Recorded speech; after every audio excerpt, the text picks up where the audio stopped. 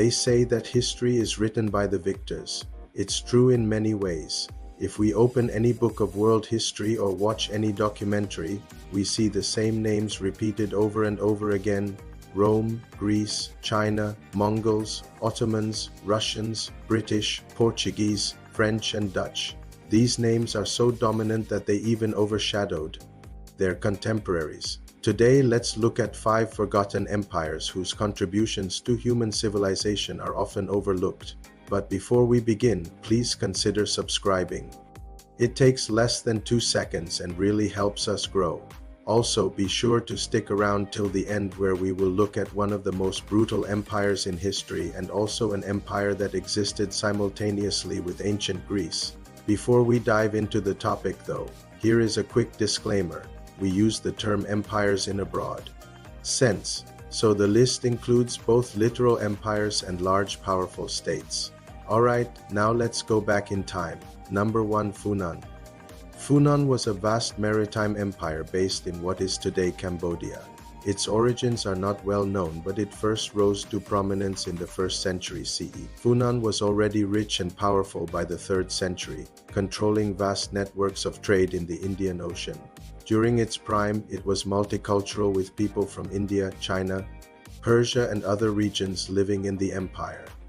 By the 4th century, the king of Funan even converted to Mahayana Buddhism, which had a profound impact on the religion spread throughout Southeast Asia.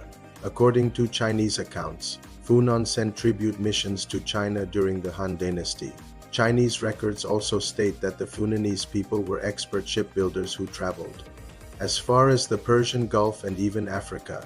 Funan's power began to decline after being ravaged by war and malaria in the 6th century. Its collapse facilitated the rise of the Khmer Empire, the creators of the magnificent Angkor complex. Very little remains of Funan today, and it is almost entirely forgotten in the West. Its capital city of Isanapura is underwater, submerged by a nearby lake. Number 2. The Kingdom of Aksum. From the 1st to the 7th century CE. The Kingdom of Aksum ruled over a vast territory in present-day Ethiopia and Eritrea. At its peak, it controlled important trade routes in the Red Sea and thus became immensely wealthy. Aksum was a hub for merchants from India, Arabia, Egypt, and Greece. The city of Aksum itself was large and prosperous, boasting impressive architecture and public works. Some scholars even believe that the Queen of Sheba, famous for her wealth and beauty, was from this kingdom. In fact, the Ethiopian and Yemeni versions of her story claim that she was from Aksum. Although Christianity played a significant role in shaping Ethiopian culture, Judaism also flourished in the region.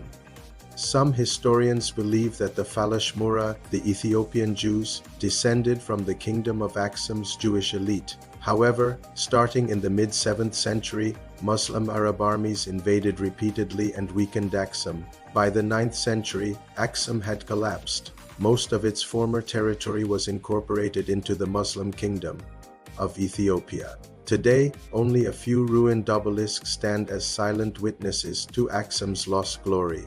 Number 3. Teotihuacan. While Mesoamerican civilizations like the Maya and Aztec are well known in the West, their contemporaries in the north are virtually unknown. Teotihuacan was a powerful city-state located in the Valley of Mexico. Its origins can be traced back to a small settlement founded around 400 BCE. However, it wasn't until the 1st century CE that Teotihuacan began to expand its influence. By the 3rd century, it dominated the surrounding region, incorporating neighboring city-states and imposing tribute on others. Under the rule of the last 5 rulers, Teotihuacan reached its zenith. Its population grew to 200,000 inhabitants, making it possibly the largest city in the world at the time. Great pyramids were constructed, temples and palaces were adorned, and Teotihuacan's power peaked. But as suddenly as it rose, Teotihuacan fell. A series of earthquakes and an apparent economic crisis led to the city's abandonment in the early 8th century. Today, only a few crumbling pyramids remain, overshadowed by the nearby Aztec capital of Tenochtitlan. Number 4. The Kingdom of Kush. The Kingdom of Kush was a Nubian state located south of Egypt in present-day Sudan. It first emerged as a significant power in the 8th century BC when its rulers seized control of Egypt's gold mines. Kush thrived on trade, controlling key routes between Egypt and the lands of the African interior. As Egyptian power declined, Kush flourished. Its capital city of Meroe became a major hub for trade and cultural exchange. Kush's rulers adopted Egyptian customs and built impressive pyramids similar to those in Giza. However, around the 4th century CE, the Kushite kingdoms began to decline due to a combination of factors, including the loss of trade routes and pressure from nomadic tribes in the east. Despite its fall, Kush left an indelible mark on history. Its rulers, the Kushite kings, played a crucial role in connecting Egypt and sub-Saharan Africa, bridging two distinct regions and facilitating the exchange of ideas, goods, and people. Their legacy stands as a testament to the rich tapestry of African history, reminding us of the continent's pivotal role in shaping global civilization. Number 5. The Khazars. The Khazars were a Turkic people who established a vast empire in the steppes of Eurasia between the 5th and 8th centuries. At its peak, the Khazar Empire stretched from the Baltic Sea in the west to the Pacific Ocean in the east. Its domain encompassed parts of modern-day Ukraine, Russia, Kazakhstan, and Mongolia. The Khazars were masters of horseback riding and archery. They lived in yurts, which are portable dwellings that allowed for easy movement across the vast grassland. Unlike many of their nomadic contemporaries, the Khazars maintained a sophisticated postal system and used coins as a form of currency. Interestingly, the Khazars were one of the first societies in world history to convert to a form of Judaism.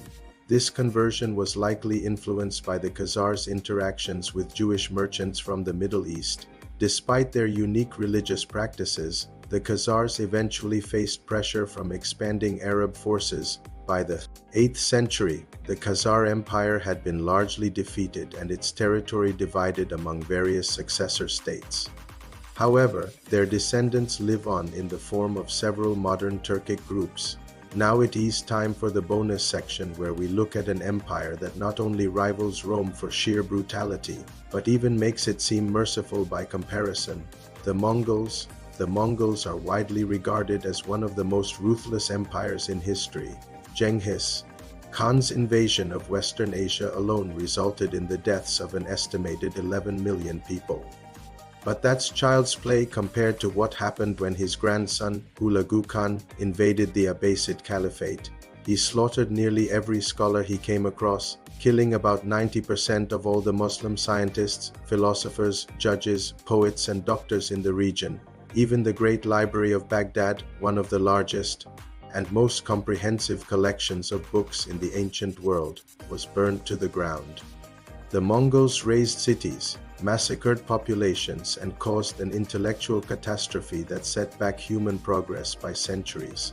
That concludes our look at 5 forgotten empires and the bonus forgotten empire. There are, of course, many more such empires that could have made it to this list, so please feel free to share your thoughts and suggestions below. Also, be sure to subscribe if you haven't already, and thanks for watching.